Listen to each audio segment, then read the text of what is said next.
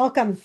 I'm Coach Mikki. Bring it in. And I'm excited that you are here in our huddle. And if this is your first time on my field, welcome to our team where we celebrate you, we lift you up, and we help bring amazing things to you to help bring your life to everything that you are made to do. You were not meant to sit on the sidelines of your own life. So let's lace it up, let's lock it up, and let's run today's play with Doreen Downing. Doreen Downing, PhD psychologist, founder of Find Your Voice and Change Your Life, with over 30 years of experience working with individuals, couples, and groups. Her calling is to facilitate personal and professional transformation and help people recover their vibrant inner spirit and speak without fear. She is also the podcast host of Find Your Voice and Change Your Life podcast. So, welcome, Doreen. Thank you, and welcome to our field. How are you? I'm excited and I feel like I want to applaud. That was so wonderful to have you say, lace it up and lock it, well, however, whatever that phrase was. And I love the idea of being on a team and that you're here to help us learn and grow and make good plays. I love it. Aw, thank you. Well, I'm glad that you're here. It's always exciting to have someone on such as yourself. And again, I highly recommend for those of you that are listening or watching the YouTube channel, please connect with my guests because even though we've got this opportunity here for a half an hour, there's so much more that I know each and every one offers. And you are definitely going to bring us some great stories and some insight on how this is going to help so many people. So I want to ask you, since you are teaching people how to recover their inner vibrant spirit, and speak, I know that is one of the biggest fear that most people deal with. And a lot of times we get thrown into situations where we have to stand in front of a group and speak. And it just seems like one of those fears that everybody seems to embrace and can't get by. So tell me, first of all, how you got started with this. Oh, well, there's a lot of parts to this story, but at first I want to go back to what you just said about the inner spirit and the voice, because so many people who struggle with public speaking anxiety think they have to get better at making a speech. And my approach is about, well, let's first go inside, uncover the root cause of your anxiety, and then teach you some new skills about how to be present, how to be engaging, and how to speak in such a way that you connect with your listeners. So it's not so much about being on a stage, being a public speaker, it's about being yourself on all stages of your life. And even in your situation, with you do coaching out on the field, to me, it feels like the field. Life is your field, so you want to have your voice anytime. So I know that wasn't about me, but I just wanted to say something right away after what you just said. No, I'm glad you did. I'm glad you shared that because I think what happens is we are so afraid of just being who we are, out of judgment or fear of what people think, or just the maybe it's like you said, something internal that doesn't allow us to keep going forward. And that's why I was excited to have you on because I think a lot of people struggle with this, and especially women. I think women struggle with this more because we are put into a box and a thing that we're supposed to be and how we're supposed to be, that when we do step out of that and out, I say their comfort zone, I think that fear is a little bit stronger because we have so many other things that are transpiring, so many other expectations. Do you find that with more women than you do with men, or do you think it's comparable on both sides? I think it's comparable on both sides, actually. But specifically, what you just pointed to, I think there are expectations for women. And yes, society says you have to look a certain way. But society also has men being a certain way. And some of them just say, that's not me. How do I be strong being myself? And what is that? And so the journey to yourself, because I'm a psychologist and that's my work, is like, well, who are you truly inside? And what blocks you from having this inner spirit you and I talked about a second ago? So, how what happened to me, and this might relate to a lot of people who are listening today, is that I I even got a PhD, my doctorate from UC Berkeley in psychology. I'm a great listener. I'm quiet. I'm kind of a somebody who is shyer and likes to not be way out in front. So I wanted to figure out a way that I could come out of hiding behind my PhD, my academic degrees. Anybody who saw me would never think that I had crippling anxiety about speaking up in public. I mean, I had a PhD. What? And she's got a practice, a psychologist who's helping others get over their fear. So that was part of the struggle. So listeners, if you're feeling like you're wearing this role and the role is more important than who you truly are, I think there's some kind of conflict there. And that's the kind of ooh, because the strength inside could be much more around who you are naturally, like myself. I am quieter, and that's okay. I'm a great listener. How do I help people who like healers, therapists, coaches who are quieter and great listeners when they haven't had a lot of experience doing public speaking? But how do they find their voice so that they feel like I love who I am. I radiate from a deeper essence, and I don't have to go out and be bold and do the thing and feel the fear anyway. I really like to work with people so that the fear is dissolved. And that's amazing because I think you hit the nail on the head, which is when you discover who you are internally and you know and you can bring that out, then when you start telling your stories, it becomes so natural. And that's what I had discovered. When the first time I ever stepped out on the stage, I mean, I was terrified. And I'm thinking, oh my, how am I going to do this? And then, but once you get out there and you just start telling your story without being somebody else or trying to mimic or do or I guess remember something or memorize something, then your authentic self comes out. And that's what I found was a lot easier because no one can tell your story but you. No one else. I can't get my friends to tell my they could, but it's not going to come out the same way with the same either passion or inflection in my voice or with how it affected me emotionally. And so I got to ask, and I want to get back to you. So, how did you discover this? Because going from being a psychologist and working in that field to now, I mean, yes, they work hand in hand. But when did you discover that, wow, this is something that I really truly want to do, and this is how I can help people? Oh, Mickey. There, as a psychologist and even starting my practice, you had to get out and do networking. So every time I was at a networking event, it was horrible. I just wanted to go to the corner or stand by the food table and avoid any kind of contact. It was just too nerve-wracking. And when you're sitting down in a group to introduce yourself, hello, I'm Dr. Doreen Downing. By the time it got halfway around the room, my heart is beating so loud it hurt my ears. It was just pounding. So I know that it was debilitating for me. So that's the first, I guess my first awareness is, gee, it's really hard for me to speak up and just say my name. Well, like something's not, I mean, yeah, there are some reasons perhaps, but so that's why I started Toastmasters and actually took a couple of years doing Toastmasters and learned how to do a speech, a beginning, middle, and gestures.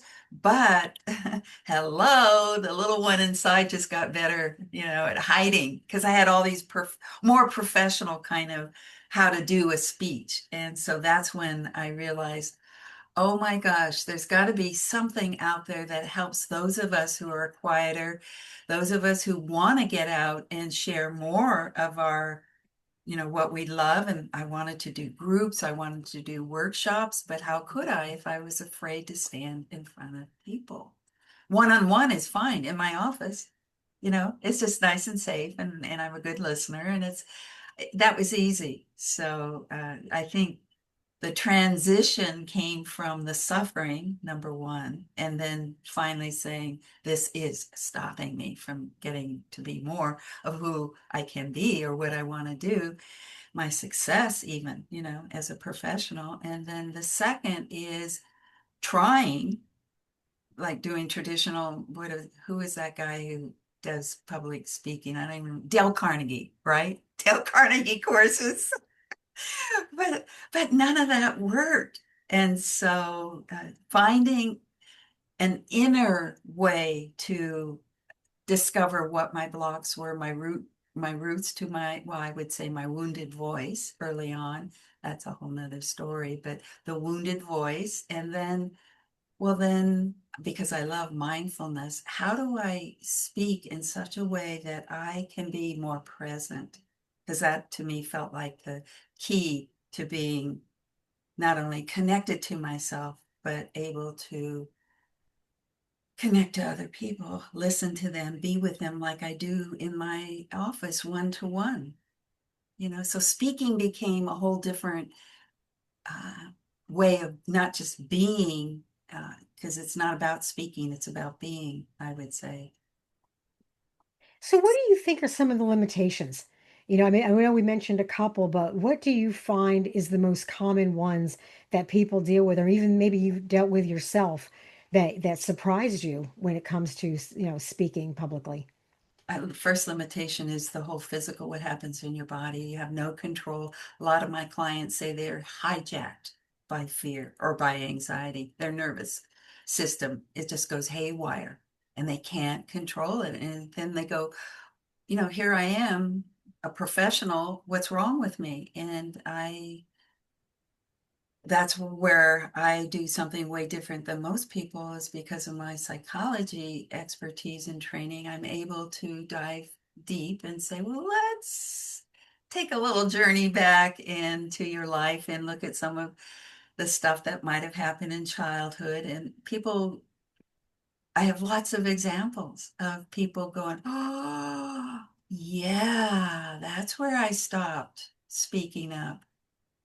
I have just one right now that comes to mind is a woman whose father, whose parents were missionaries, and so she was off into all these other countries, and they were, she couldn't really be herself or speak up because she had to toe the line of what a little missionary, religious little girl had to be. So she had lots of other parts that didn't get to be expressed. Wow, that's powerful. So, do you think a lot of the limitations are based on some of the things that people have, said who you are or who you're supposed to be, and we've learned to just take that as reality, and then we stifle who we really are along the way, and it just takes time to recover that and bring that back. I mean, is that kind of what you find on a regular basis? Oh, yes. I like what you just said about the recovering because sometimes so many people think that they never really have something natural inside, which is their own inner voice, right? Because they haven't. Another client comes to mind who's a twin, and his sister was vibrant and extroverted. He was introverted. And so, really, when you think about the family gatherings, the one who loves attention is out there and everybody's applauding, that the one who didn't get attention didn't get a lot of, you might just say, practice in being in front of groups and being able to practice using his voice and that so many situations. So what you said though about what you hear or what people tell you about who you are and how you then absorb that or integrate it or believe it. Yeah. Yeah. You're, oh, she's just shy. Oh, she's just quiet. Rather than the celebration of being that kind of human being, somebody who's uh, more sensitive and not trying to protect them and not making sensitive, quiet, shy something wrong with you.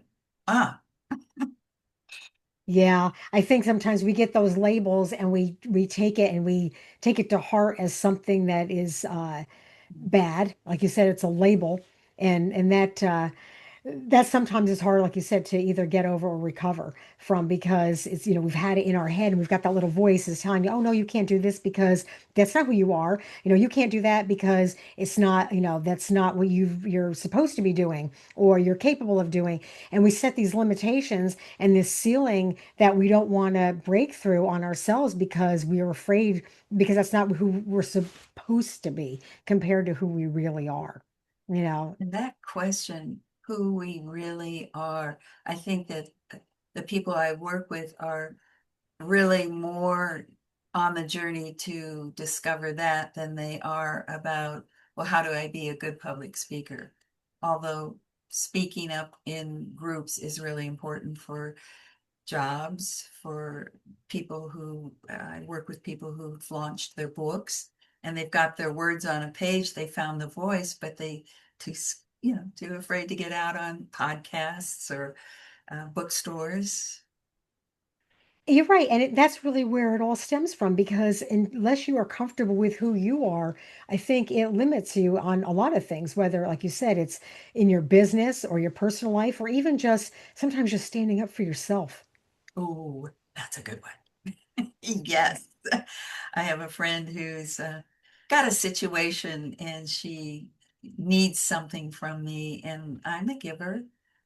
But learning how to say no is really, really important. And what happened is, I did say, I won't go into specifics, of course, but the no allowed other friends to come forth and help out with this event that she was planning.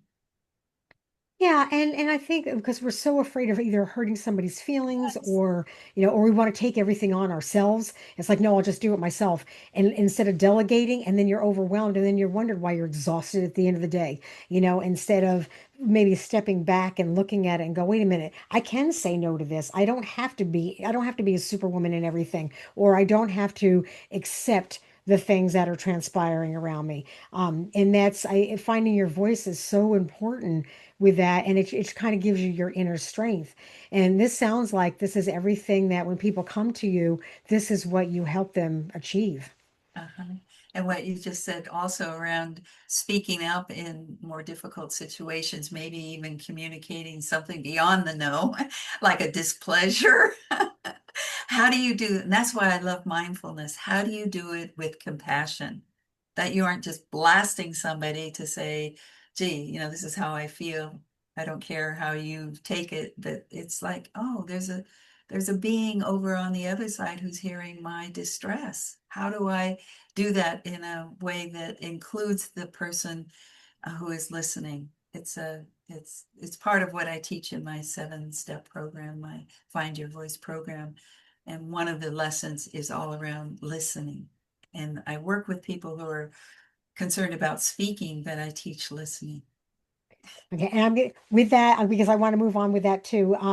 For those of you that are watching the YouTube channel, please click the link below if you'd like to connect with Doreen. I know she would love to hear from you, and it's a way that you can connect with her and work with her. And if you're listening to the podcast, just click on her name, and that'll drive you right to her website because I know she's got so much more to offer than we're going to get in this 30 minutes.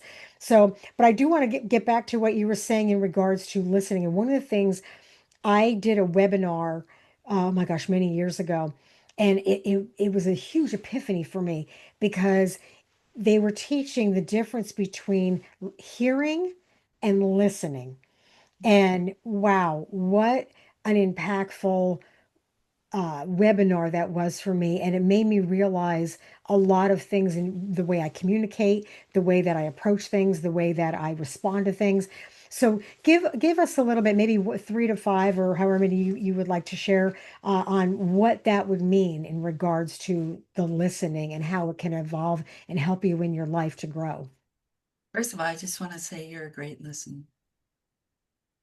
And there's kind of a quiet place that people need to go inside of themselves rather than the act of, oh, I better listen carefully so that I'll have something to say in response that's smart, or like they're more concerned with their response than they are about just relaxing into the listening.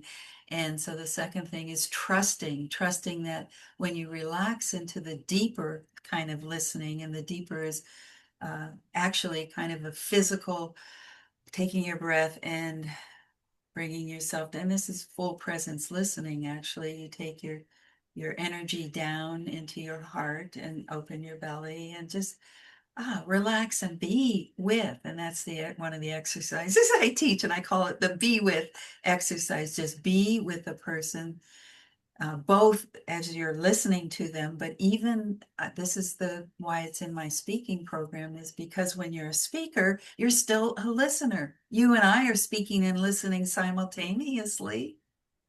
So those some of those ideas about how to physically drop down in your heart, in your gut, and to relax into listening rather than be busy in your head. And the second thing is trusting that if you open the space up to be a deeper kind of listener, that spontaneously you'll know the response will be there, what needs to be, because you're listening to yourself also. Yeah, and I think a lot of times people, like you said, they're waiting to either get the next word out or they've got something in their head that they're just waiting. They're not even listening anyway. And I've been around people like that where I can actually see their mouth moving while Oh, you're still talking.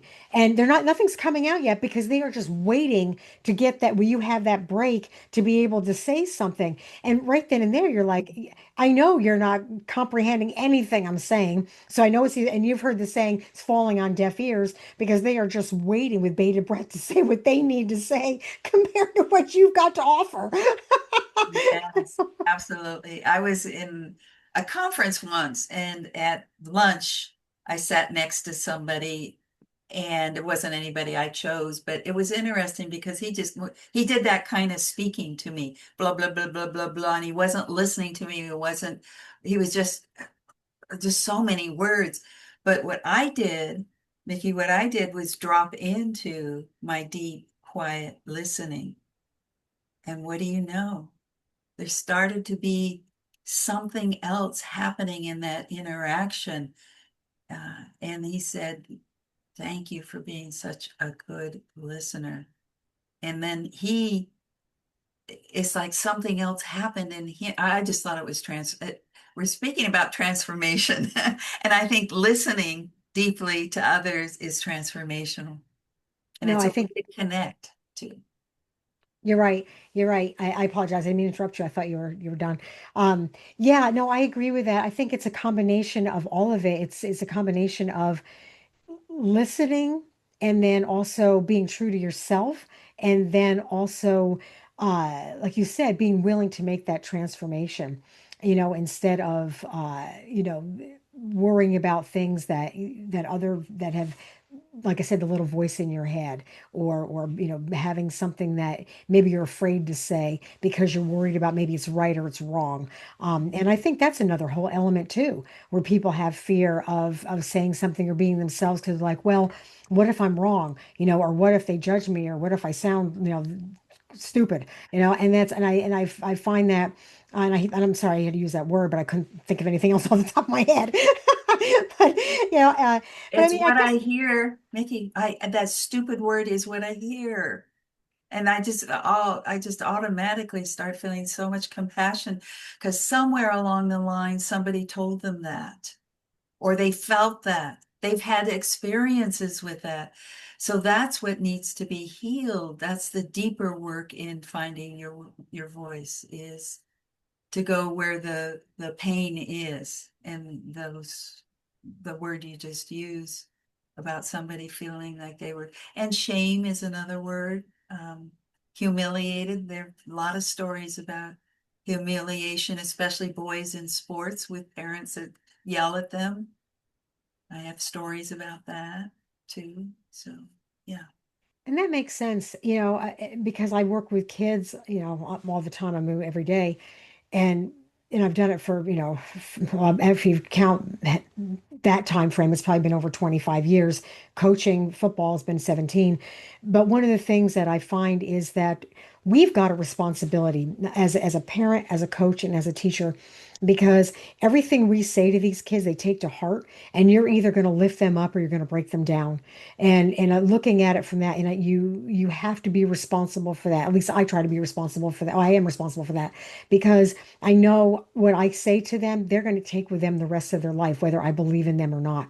And I try to express that to so many other people I work with because I said, you have no idea, what they won't remember whether we lost or won this game. They're not going to remember what season this was. They're not, but they're going to remember exactly how you made them feel while they were here and what they were doing and what they were able to accomplish. And I know that is a huge responsibility for us as coaches working with kids. And I bet in your field you probably have that. Every time you go back and I mean you tell me who are the most who are the most influential people that have made something that has left an actual impact in their life. Who are those three people? Yeah, one of the ones was when I had my own breakthrough in speaking, and you started out our talk with about being in a box, and it was a Gestalt kind of thing where we were supposed to take on a certain.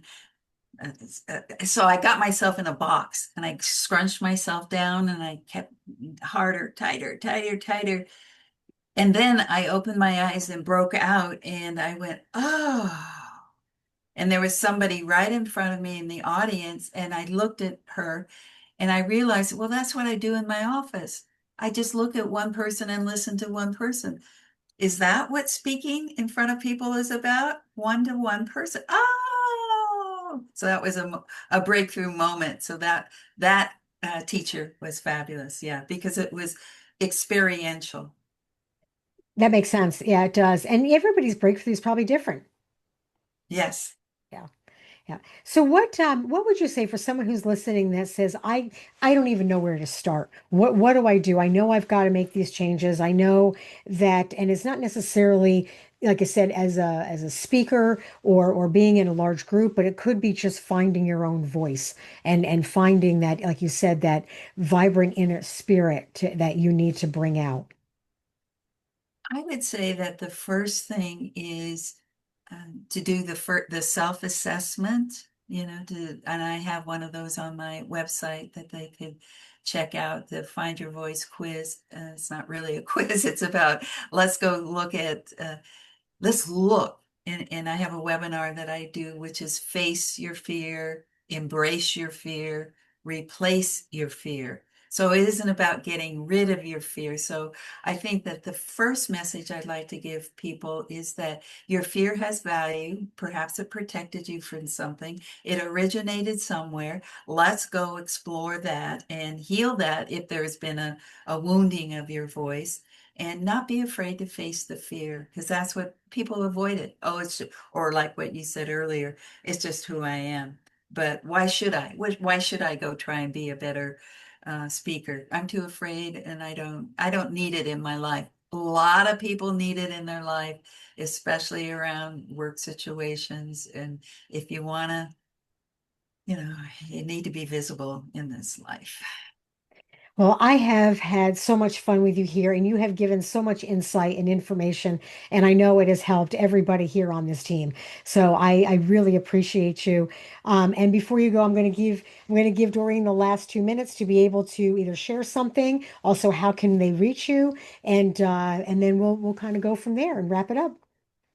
Great. Thank you. Thank you, Mikki. The DoreenDowning.com, my website has everything. Doreen Downing, DoreenDowning.com, I think is a place where they can get freebies. It explains my Find Your Voice mentoring program where I do for 3 months usher and guide people to the inner sense of self so that when they find who they truly are, the voice comes out way more easily and flows, words flow.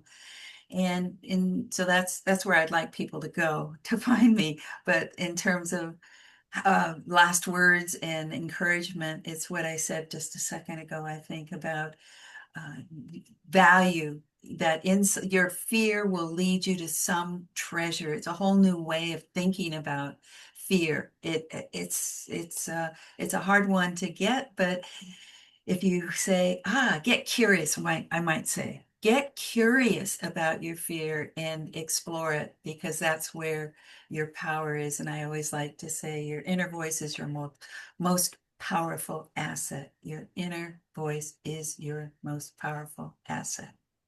Well, thank you so much for being with us today. I'm glad you were here. And for those of you, please, the link is below if you would like to connect with Doreen. And again, if you listen to the podcast, just click on her name. It'll drive you right to her website. I appreciate you guys. I'm so glad you're here. Please have your comments, your questions, and your suggestions coming. I love hearing from each and every one of you. It also helps my community. If you're not part of my community, please click also that link below because we'd like to support you and help you and lift you up. And please also remember before Doreen breaks the huddle, always remember start strong and finish strong and dominate everything in between. All right, Doreen, break the huddle. Oh, good. Bring it in. We're going to break on yes. One, two, three, yes.